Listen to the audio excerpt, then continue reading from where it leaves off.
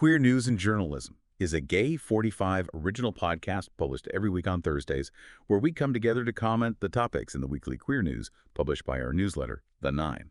Subscribe on gay45.com to get the latest news every week. Welcome to the Deep Dive. You're in for a real treat today because we're taking a custom deep dive into some genuinely compelling stories from the recent Gay 45s. We're talking global queer news, surprising cultural moments, and, those insights that just make everything click into place. Our mission, as always, is to unpack what's most important for you, connect those dots, and help you find those aha moments within the information.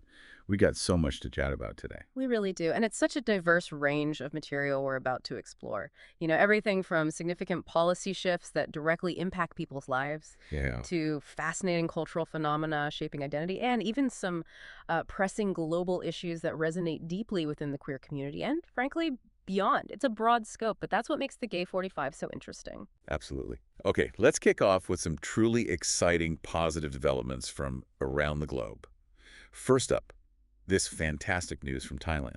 Oh, yeah, I saw that one. They've added hormone therapy for LGBTQ individuals to their universal health care scheme. I mean, this is a landmark move. It really is. Backed by a significant budget, 145.62 million bad bat, and it covers 6 different types of treatments, things like testosterone and estrogen. What's so critical about this, as the Gay 45s highlight, is its aim to cut down on severe health complications from self-medication, stuff which, tragically has led to hospitalizations and even fatalities. Exactly. Think about the dangers. Blood clots, osteoporosis, cancer, and serious mental health issues. It's tackling that head on. Right. And this new policy is also expected to save individuals up to 2,000 BAPs per month. That's a practical difference. Well, the true insight here, as our newsletter points out, isn't just about the budget itself, massive as it is. It's the strategic preventative aspect. Thailand is directly addressing that dangerous gray market of self-medication, effectively shifting a risky, unregulated practice into a legitimate public health framework. Right. That proactive, preventative model is where the real precedent lies for other global healthcare systems. It's a genuine game changer, I think. That's a powerful statement. A model for other nations. But thinking practically, what do you think are the biggest hurdles for other countries trying to, replicate Thailand's approach? Is it just funding? Or are there deeper cultural or political things at play? It's rarely just funding, is it? While the financial commitment is certainly a factor, often the greater hurdles are, cultural or political resistance rooted in societal attitudes towards queer identities. Yeah, that makes sense. For a policy like this to truly take hold, you need a level of public and legislative acceptance that allows for this kind of progressive healthcare access. Thailand's move signals maybe a deeper societal openness there. Okay. Building on that incredible stride in healthcare, let's turn to another significant legal breakthrough. This time in a nation you might not anticipate right now, Ukraine. Yeah, this was surprising, wasn't it? In a truly historic decision, a Kyiv court has recognized a foreign same-sex marriage for the first time ever. This case involves a Ukrainian diplomat, Zorian Kyiv, and his U.S. husband, Timur Levchuk. They married back in 2021. Right. The Ukrainian Foreign Ministry had initially refused to acknowledge Levchuk as Kyiv's spouse, denying him diplomatic rights. But the court ruled their relationship constitutes a de facto marriage under Ukraine's constitution. And they even referenced European Court of Human Rights precedents, didn't they? Exactly. This is truly a major breakthrough, especially when you consider Ukraine doesn't officially recognize same-sex unions yet. It's a powerful signal of societal shifts, even, amid the ongoing war. It really is. The Gay 45s mention Kyiv Pride 2025 seeing participation from active duty soldiers, which, wow. That really underscores how deeply these changes might be permeating society, even in the most challenging circumstances. It's not just a legal win, it feels like a cultural ripple. A cultural ripple, I like that. Yeah. Okay, now, let's unpack where things get, frankly, interesting and challenging. The setbacks and the persistent struggles over in Germany. Ah, yes, the Reichstag controversy. We're seeing some controversy around the Reichstag and the rainbow flag. Chancellor Friedrich Merz has backed a ban on flying the rainbow flag from the Reichstag for Christopher Street Day. That's basically Germany's pride. And his reasoning was colorful. Yeah. He controversially stated that the Bundestag is not a circus tent and insisted only the German and European flag should be flown there. This restricts the rainbow flag to only the International Day Against Homophobia on May 17th. And it even bars Bundestag staff from attending CSD officially, right? That's right. Exactly. Merz's "not a circus tent" remark sparked a huge backlash, understandably.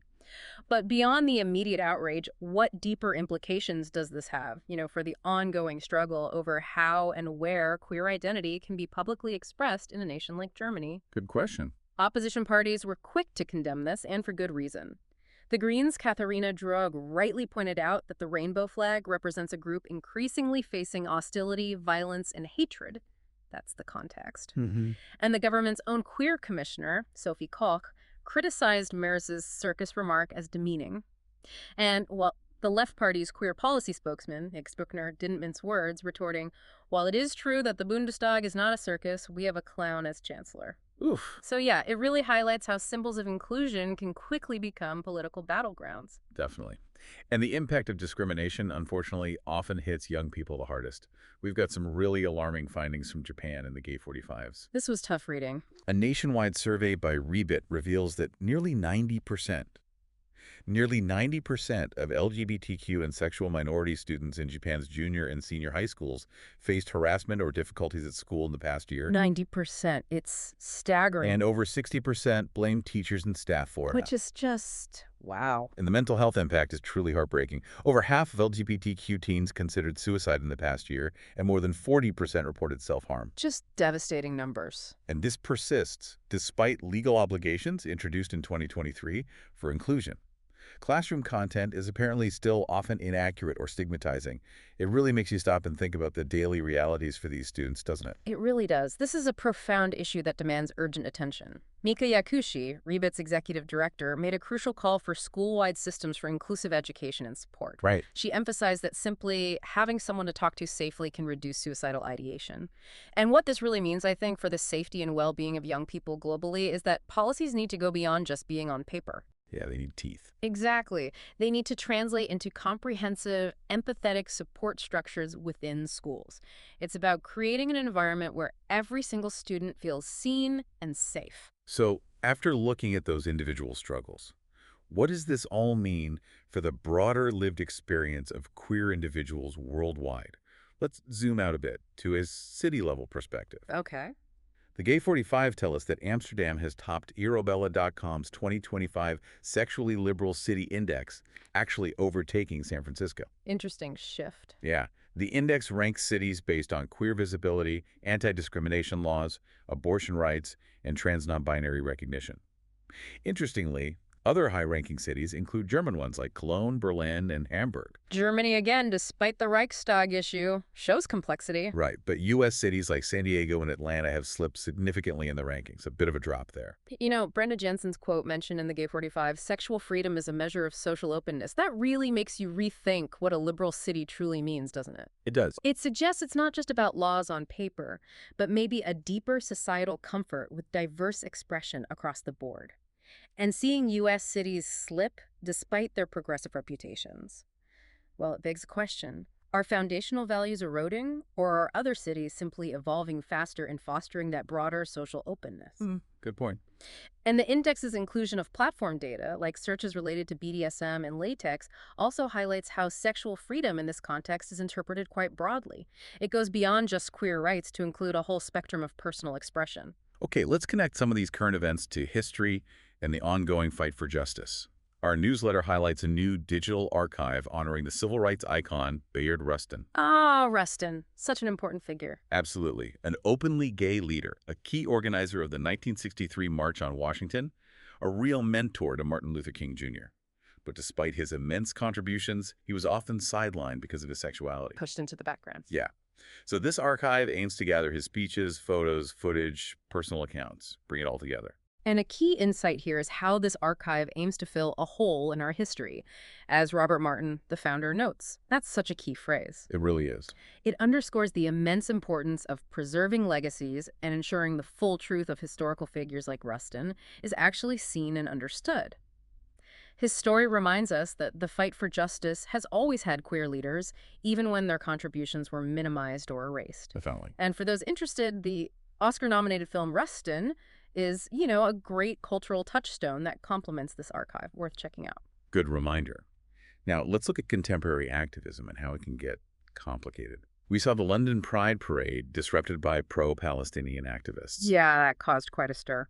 Members of Youth Demand splashed red paint on a Cisco float, accusing the company of complicity in genocide and pinkwashing, that tactic where an organization promotes itself as LGBTQ plus friendly to distract from negative activities elsewhere. This happened just hours after the UK government officially banned Palestine Action as a terrorist organization, which then led to arrests for supporting the group. This really prompts us to consider, how do different movements intersect? And what are the implications when political protests clash with celebratory events like Pride? It's a tricky balance. It is. And the civil liberties concerns raised by bans like the one on Palestine Action are significant, especially when the Home Office defends them by citing alleged damages. It highlights that complex tightrope between freedom of expression and public order, particularly in these really politically charged contexts. There's clearly a tension there, isn't there, between the celebratory aspect of Pride and the protest aspect. These events really bring that to the forefront. They really do. Sometimes, though, the fight for rights comes at an unimaginable cost. We have to bring attention to the tragic murders of two prominent queer rights activists in Mexico. Just awful news. Jesus Liza Gonzalez and Isai Lopez Rodriguez.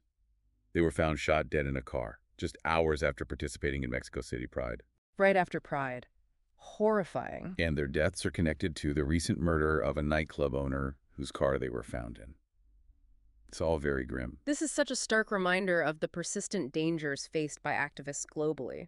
Human rights groups have condemned these as potential hate crimes, and they've criticized the slow official responses. Understandably. What's truly disturbing is the alleged threats linked directly to their activism and their queer visibility. And there's an ongoing investigation into organized crime links, too. It just underscores that for so many people, activism isn't just about celebration. It's about survival in the face of very real, often violent threats. Sobering reality. Okay, let's broaden our lens now and talk about wealth. The Gay 45s covered Oxfam's latest inequality report. And the numbers are just staggering. Truly shocking statistics. The world's wealthiest 1% have amassed an astounding $33.9 trillion in new wealth since 2015. Trillion! That's enough to end global poverty 22 times over. Yet over 3.7 billion people still live in poverty. The disparity is just mind-boggling. And our reports point out that private wealth has grown 8 times more than public wealth since 1995, often because wealthy individuals exploit tax havens, something often facilitated by Western governments. Yeah, and if we connect this to the bigger picture, it profoundly underscores the systemic economic disparities that impact every single aspect of society. This includes access to resources, opportunities, and even the ability for communities to fight for social justice. Oxfam is calling for a global alliance against inequality, Which seems badly needed. and it's supported by survey data showing that 9 in 10 people want to see the super-rich tax to fund public services and climate action. As Oxfam director Amitabh Behar puts it, trillions exist to meet global goals, but they're locked in private accounts. Wow. It just highlights the immense potential if wealth were more equitably distributed. Definitely food for thought there. Okay, now let's shift from the big economics to some cultural touchstones and thought-provoking insights from the Gay 45s. First, a music spotlight. Boy George has released his new summery soul pop single, The World Is Cool, from his album SE18. It features a vibrant pop art video, rich emotional tone, and interestingly, marks his return to physical media. He's completely eschewing digital streaming for this. Yeah, that's quite a move these days. What stands out here, I think, is his enduring relevance, a veteran queer icon since the 80s. Absolutely. And he continues to blend those upbeat melodies with a thoughtful depth that his fans have long admired. It's a reminder of how artists can continue to evolve and contribute, even choosing to defy modern distribution trends. His consistency is pretty impressive. It really is. Our deep dive also surfaced some truly compelling reads in the Gay 45s. One that stands out is the profile on Maria Ressa. Oh, incredible story. The contemporary queer journalist who famously stood up to a dictator was imprisoned and won the Nobel Peace Prize. Her story is just a powerful testament to journalistic courage. Truly inspiring. And for those who love a bit of intrigue, there's an exciting article on gay spies. It reminds us that queer identities have always existed in every facet of society. even in the most clandestine roles. It adds another layer to our understanding of history and courage. These are the kinds of stories that really deepen our appreciation for the diverse contributions of the community. Definitely adds depth. And for a must-watch film suggestion from the Gay 45s, Dying for Sex. I saw the buzz about this one. It's a powerful show starring Michelle Williams, and it immediately grabbed our attention. She plays Molly, a woman with terminal cancer who decides to devote her remaining life to a quest for the perfect orgasm. Quite a premise. Yeah? Her sexual adventures include swiping right, epic orgies, and exploring various forms of consensual adult play, cock cages, pup play leading to a dominatrix awakening, and she's got a fantastic supporting cast too. The Guardian sums it up wonderfully, saying, "Dying for sex is only sexy when Molly finds it so. It is a feminist endeavor to its core. It explores these profound themes of vulnerability, sexuality, and life affirmation right in the face of mortality." It sounds like a powerful and thought-provoking watch that really challenges conventional narratives around illness and desire. Absolutely. And for those who love powerful literary debuts, the Gay 45s recommend Blessings by Chukwuebuka Ibe. Ah, yes. It's described as a graceful debut set in a post-military Nigeria, right on the brink of criminalizing same-sex relationships. It follows a character named Obifuna after his ostracism. Chimamanda Ngozi Adichie calls the novel so wonderfully observant and so beautiful, and The Guardian hailed it a sublime coming-of-age tale. High praise indeed. The importance of stories like this from diverse global contexts, especially those facing persecution, just cannot be overstated. They offer crucial windows into different lived experiences, bringing the personal impacts of policy into sharp focus for us. So true. For Music of the Week, the Gay 45s are highlighting Backswash's Only Dust Remains. Whoa, Backswash. Powerful stuff. This is a really potent release from the Zambian-Canadian trans and queer rapper and producer. It's described as a ferocious, genre-defying blend of gothic rap, industrial noise, and deeply personal lyricism. Yeah, what's fascinating here is how the album confronts themes of Black trans life, trauma, global injustice, creating these caustic soundscapes, but with really urgent social commentary. Intense. Very intense. Critics have praised its resistance, its expansiveness, its emotional rawness. Many are recognizing it as one of the year's most potent works. It's definitely a listening experience that stays with you. Sounds like it. And to round out our cultural insights this week, we have a thought-provoking quote featured in the Gay 45s from data scientist David Shore. Okay, what's the quote? He says, "Young people have gone from being the most progressive generation to becoming potentially the most conservative generation that we've experienced maybe in 50 or 60 years." Wow, that's quite a statement. It is. This prompts an important question for us all, doesn't it? What factors might be contributing to such a significant generational shift, if that's indeed what's happening? And what are the long-term implications for social progress? Yeah, definitely something to ponder. It's a challenging perspective that invites us to consider how broader political and cultural forces might be shaping the viewpoints of younger generations, perhaps even connecting back to some of the policy shifts and cultural shifts we've touched on in our deep dive today. A really interesting point to end on for the insights. And as always, the Gay 45's newsletter is packed with other great nuggets too, like a refreshing tomato and watermelon salad recipe. Always need good recipes. Insights into men's fashion trends, tips for managing rude colleagues, exercises to soothe a sore neck, and even a refresher for Squid Game Season 3. Covering all the bases. Exactly. These are those little extras that truly make the Gay 45 so rich and a must-read every week. Phew, what a journey through this week's Gay 45s.